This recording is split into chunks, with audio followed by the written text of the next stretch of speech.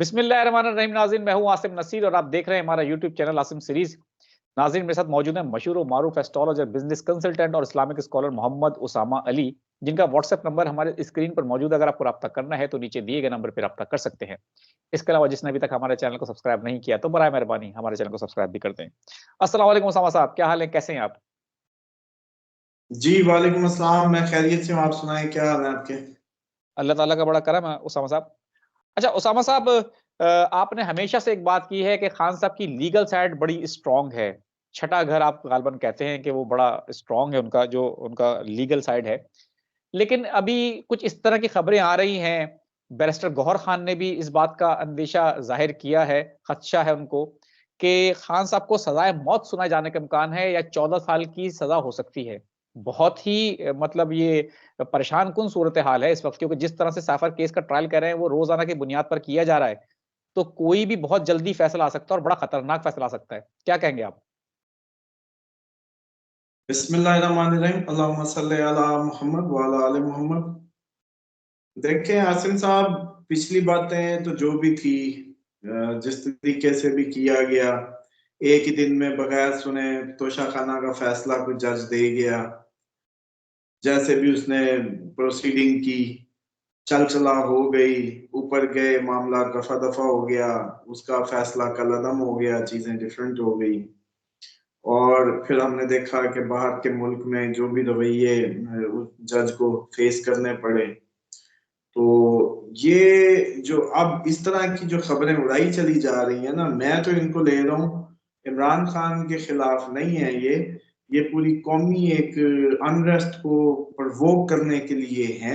और जो भी इससे खेलेगा, इस नुक्ते से या इस पॉइंट से, वो पूरी कौम का मुजरिम बनेगा अपकमिंग टाइम में। इस बात पे मैं, अगर मुझे कोई कहे कि जी आपको जैसे कहते हैं ना कि जरा सा भी कोई इब्हाम, तो मुझे इस बात में जरा सा भी इब्हाम नहीं है कि अगर इस तरह का कोई हरकत या एक्सरसाइज की गई सो कॉल्ड किसी भी कानून के नाम पे या किसी भी आइन के नाम पे, तो ये एक बहुत बड़ा, मैं समझता हूँ, तारीखी जुर्म होगा, जिसके नतीजे में वो जज समेत जो भी मतलब पार्ट ऑफ द मशीनरी और ये पूरी नेशन, मैं नहीं समझता कि इस बात को एक्सेप्ट करेगी। और ये कोई पुराना भुट्टो का दौर है, तो ये तो एक कौमी जुर्म होगा अगर इस तरह की कोई एक्सरसाइज की गई। और उसमें यही बात है कि कभी भी बात ये अमूमन करेंगे कि जी कोर्ट के मामलात में बोलना या करना, चलो अभी 6 महीनों के लिए कुर्बानी के बकरे बन जाएंगे, कोई मसला नहीं है। ज्यादा ज्यादा कंटेम्प्ट 6 माह की लग जाएगी। लेकिन कौम का मसला है, कौम को समझना है कि ये कौमी एक तसुर इंसाफ का कायम होना बड़ा जरूरी है किसी भी इंसाफ के लिए। और उसके लिए वाकईतन जहाँ इतने बड़े मर्डरर, इतने बड़े रेपिस्ट, इतने बड़े, अल्लाह माफ करे, वो जेलों में पड़े हैं और ये उनको कभी टांगा नहीं, तो ये उस शख्स के खिलाफ इस तरह की बात करेंगे जो लोगों की, हजारों करोड़ों लोगों का जो है दिलों की धड़कन बन गया है। बेशक उसने लाइफ जो भी गुजारी है, जैसे भी है, अभी फिलहाल उसका टाइम है। देखें, इमरान खान की जगह वो नवाज शरीफ साहब हो, कोई और इतने लोग उनको प्यार करते हैं और उस टाइम उनकी पजीराई हो। मैं, मेरा जुमला तब भी यही होना था, क्योंकि मेरी जो अप्रोच है, या कई दफा बता चुका हूँ कि मैं तो इस पॉलिटिकल सिस्टम का पार्ट भी नहीं और इसको सही भी नहीं समझता। अगर मुझसे कोई पूछे तो जमहूर को कोई हक अल्लाह ने नहीं दिया। हुकूमत का ये हक सिर्फ खुदा और उसके नुमाइंदों का है। इसके अलावा हक हुकूमत किसी लोगों पे नहीं छोड़ा कि भाई तुम अपनी हुकूमत कायम करो। और तुम कौन हो भाई? अतीउल्लाह व अतीउर रसूल व उलिल अम्र मिनकुम, जो ये आयत है, इसी में ही हुकूमत है, इसी में हुकूमत का तरीकाकार वज़ा किया गया है, इसी में ही आप हम सब इसी के तहत हक हुकूमत रखते हैं या जिंदगी गुजारते हैं। यही इस्लामिक जो मैनेजमेंट की आयत है, इसमें कोई भाव नहीं है। कोई भी किसी भी फिरके से हो, मतलब वो इसको मानता भी है, इस पे अमल भी करता है, बस उलिल अम्र डिफरेंट होते हैं। किसी की तर्जमे में उलिल अम्र कोई और होगा, किसी के तर्जमे में उलिल अम्र कुछ और होगा, हर किसी ने अपनी मर्जी का उलिल अम्र चुन लिया। बस ये शुक्र है कि अल्लाह और उसका रसूल एक है, उलिल अम्र पे आगे डिवीजन हो जाती है। तो वो उलिल अम्र, ये है मैनेजमेंट की आयत मुसलमानों के लिए, जिसके तहत अल्लाह कहता है कि मैं, मेरा रसूल और मेरा नुमाइंदा, ये वो रखता है। तो इसलिए मैं तो इसको नहीं इंडोर्स करता कि 1000 बेवकूफ जो है वो किसी बेवकूफ को चुन ले, उसके मुकाबले में 100 जीनियस क्या कर लेगा या 100 कैपेबल क्या करेगा। तो ये तो क्लियर करने के लिए लोगों को, कि लोग बाज़ औक़ात जब मैं बात करता हूँ तो वो ये समझने लगते हैं कि मैं कोई पॉलिटिकली किसी साइड पे हूँ। मैं किसी पॉलिटिकल साइड पे नहीं हूँ, मेरा सिर्फ साइड ये है कि इंसाफ या अदल की बात होनी चाहिए। वो ये कहती है कि एक शख्स है, वो कई लोगों की मतलब उसके साथ अटैचमेंट है, वो कई लोगों का नुमाइंदा है, वो एक बहुत बड़ी पार्टी का भी वजीर आजम था, वो इतने लोगों की उसमें फेम है। आप लोगों का सिस्टम ये कहता है कि जिसके पास लोग ज्यादा वो हक हुकूमत रखता है। तो भाई सीधी सी बात है, वो सिर्फ लोग नहीं रखता, वो उनके दिलों पे भी हुकूमत करता है। अब आ जाए कि आप उसको कन्विंस किए बगैर इन लोगों को ज़हनी तौर पे या तो यकीन दिला दें कि वो चोर है, या यकीन दिला दें कि वो कोई कौमी मुजरिम है, बिल्कुल ठीक है, चौक पे टांग दें, कोई मसला नहीं है।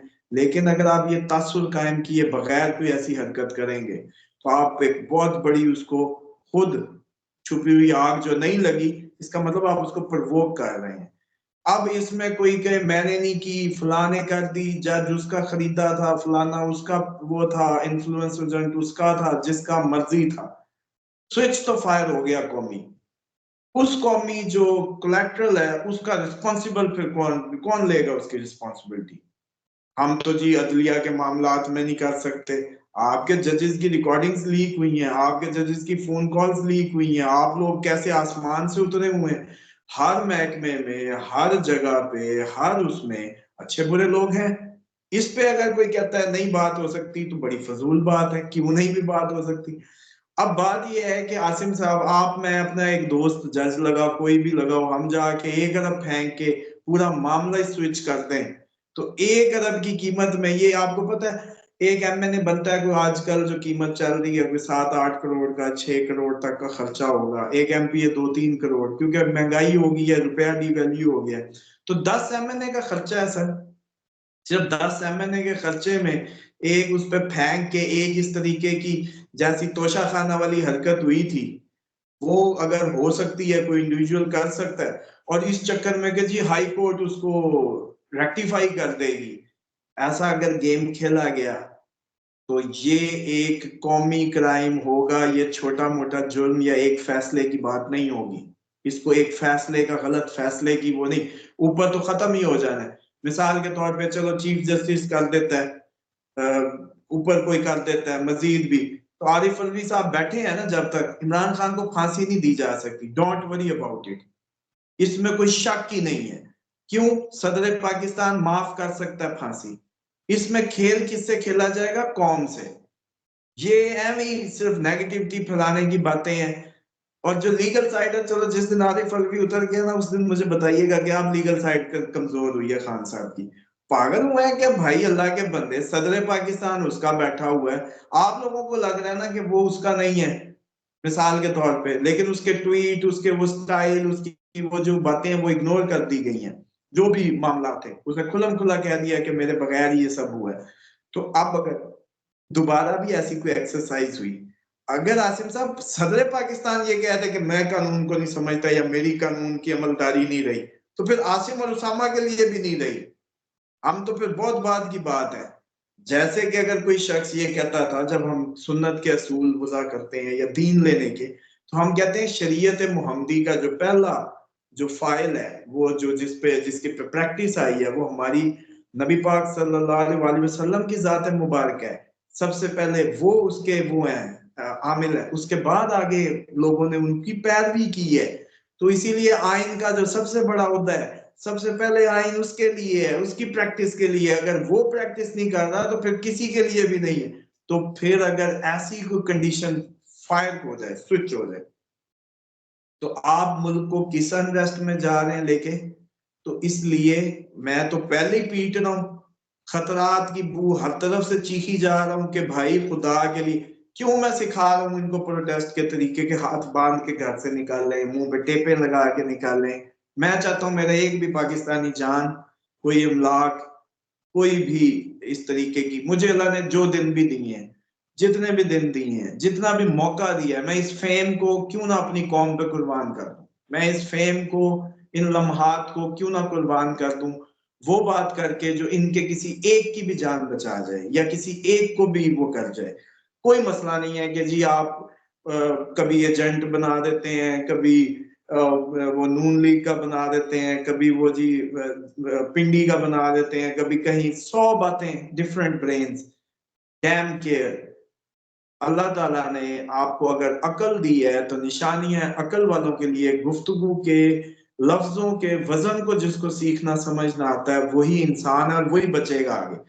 तो इसलिए ये जो आपका कंसर्न था अपने व्यूवर्स के लिए, जो मैं समझता हूँ बड़ा क्रिटिकल है इस वक्त, लोग बड़े मैसेजेस भी आ रहे हैं, परेशान है इस बात को लेके, बिल्कुल परेशान ना हो। एक बात समझ ले, चलो बाकी छोड़ दें, मैं एजेंट हो गया, फलानी गाइडलाइंस आ गई, फलानी वो हो गई जी, मैं उन्हीं का हो गया, चलो जी हो गया। लेकिन एक बात याद रखें कि जब खान साहब की जान को खतरा था, सबसे पहली वीडियो आपने की थी सदके की, बिल्कुल जी, आपने बिल्कुल उस पर मुहिम चली थी बचाने की कि सदकात शुरू करें। हमने इस प्रोग्राम आसिम सीरीज के जरिए ये पूरी मूवमेंट की, लोगों ने खत बोल के किए भी और वीडियोस भी भेजी बना बना के। अब मैं ये बात कर रहा हूँ कि जब मैं कह रहा हूँ कि ओके है तो क्यों परेशान हो रहे हैं, जब खतरा था तो आपसे सदकात भी करवाए, जब नहीं है तो नहीं है, कोई लीगल साइड का इशू नहीं है। खतरा में कौम है, इमरान खान नहीं है, सीधी सी बात है। इस वक्त खतरा कौम को है, इमरान खान को नहीं है। आम बेवकूफ नौजवान, आम बेवकूफ हाइपर किसी भी वॉक ऑफ लाइफ का बंदा, कुछ भी हमारे borders with in the country, हम सबको अल्लाह की तरफ रुख करना चाहिए, हिफाजत की दुआएं। ये बाबे सारा दिन वेले बैठे क्या करते हैं, ये सारा दिन जी अपनी टीवी को अब रगड़े देने आ गए या इनको मोबाइल चलाने आ गए। मेहरबानी करें, थोड़ी सी तस्बीहात की तरफ भी आए, हिफाजत कौम के लिए, बच्चों के लिए। आप लोगों को अंदाजा ही नहीं है, मेरे उस दिन मैं समझ रहा था कि एक्साइटेड हो रहे हैं, कि मैं दिमाग लगाना जब शुरू किया कि अगर ये सिचुएशन बनती है वॉर की, या ये सारी जो भी इस खित्ते में वॉर की, या अगर ये जंग अजीम ही है, या ये गजवा हिंद से पहले के मंजर है, तो आसिम साहब जाना किधर है, एटम बम चल रहा है, ये अरब सीधा बोल रहा है। आज तो मैं सऊदीया वाले एक अपने दोस्त उनसे बात कर रहा था कि मैंने कहा इन्होंने कोई वीजे शीजे दिए तो मक्का मदीना के करीब ही आगे कहीं शिफ्ट हो जाए, फिर और तो कोई जगह नहीं है हमारे पास जहां मतलब जो है कोई बचाव हो सके, क्योंकि बम चले तो सारी तरफ चलेंगे, सिर्फ रह जाएगा मक्का को कुछ नहीं हो सकता, या बैतुल्ला को। बैतुल्ला भी मैं समझता हूँ उस पे भी अटैक हुए आज तक, उस पे आग लगी, गुलाफ काबा जला, हिस्ट्री भरी पड़ी है इधर। लेकिन जो नबी पाक सल्लल्लाहु अलैहि वसल्लम के रोजा है, कम से कम वो दुनिया की मैं समझता हूँ कि महफूज तरीन प्लेस है, और उसकी सराउंडिंग्स जो है, जहाँ कायनात का सारा सिस्टम जहां से ऑपरेट होता है, जिसकी जिस पर्सनालिटी की कसमें उसकी जैसे कहते हैं ना कि उसके हया के बारे मुतालिक बताने के लिए खुदा अपने आप को कहे कि ये शर्माता है, मैं नहीं शर्माता, मतलब इतना, और इसको तुम लोगों से इज़ा पहुंचता है तुम्हारी गुफ्तगू से। वो एक रेफरेंस के तौर पे चले नाज़रीन को बता दूं कि अल्लाह ताला फरमाते हैं कि हमारे मुसलमानों को कि नबी के पास खाने से पहले भी ना आके बैठ जाया करो, और खाने के बाद भी ना बैठे रहा करो, चले जाया करो उठ के, क्योंकि इससे तुम्हारी गुफ्तगू से इसको तकलीफ पहुंचती है। ये शर्माता है तुम्हें बताने से, अल्लाह नहीं शर्माता। मतलब इतना बिल्कुल ठीक। मिजाज का ख्याल जिस पर्सनैलिटी का खुदा ताला की जात मुबारक रखे, तो वो तो मैं समझता हूँ कि सेफेस्ट है। तो बात उधर चली गई, लोग अमूमन पूछ रहे हैं कि जी जाए किधर इस सारी सिचुएशन में, तो वो है कि पहाड़ों का रुख करें, जो रिवायात में भी है। तो आसिम साहब असल सिर्फ बात ये, अगली भी ऐसी सीक्वेंस इसलिए जुड़ने लग गए हैं कि मैं खुद भी जहनी तौर पे तैयारी कर रहा हूँ, प्रैक्टिस कर रहा हूँ, बल्कि कल तो ऐसे ही हंसते हुए कोई ऐसी ट्रैकिंग का मौका मिला तो टांगे ही अब तो जवाब दिए हुए हैं भाई, थोड़ी सी बिल्कुल चल फिर लें, एक्सरसाइजेस करें, और कौम की हिफाजत की दुआओं को प्लीज इग्नोर ना करें। वरना देखिए एक बात समझ लें, चलें आसिम साहब दूसरे तरीके से समझाने की कोशिश करते हैं। मिसाल के तौर पे ये हमारी सनसनी है। मिसाल के तौर पे जैसे आज तक इनको पाकिस्तान में या पाकिस्तानियों से फ्रॉड ही मिले हैं या एक कॉन्सेप्ट बना हुआ है, वो ही सही। लेकिन हम करवा क्या रहे हैं? दुआएं किसकी? हिफाजत की। और करीब किसके होंगे? खुदा के। तो इनको खुदा के करीब होने से भी डर लगने लगा है। क्या इतनी दुनियादारी भाई? अगर पढ़ लोगे तो 4 अजर, चलो दुआ नहीं जरूरी, तो वो कहते नहीं है कि दुआएं जो कबूल नहीं भी होती वो भी अल्लाह ताला उसका अजर भी महफूज कर लेता है आपके लिए। तो भाई कोई अजर ही मिलेगा, कोई ऐसा मसला नहीं है। बिल्कुल ठीक है उसामा साहब, बहुत-बहुत शुक्रिया इतनी ज़बरदस्त और अच्छी गुफ्तगू करने का। हमारे नाज़रीन को उम्मीद है कि एक हौसला मिल चुका होगा। नाज़रीन, यहाँ हमारे व्लॉग का वक़्त ख़त्म हुआ। मुझे और मोहम्मद उसामा अली साहब को दें इजाज़त। आखिर में हमारा वही पैगाम है, मुस्कुराएँ, प्यार बाँटें और अपने आस-पास के लोगों का ख़्याल रखें। खुदा हाफ़िज़।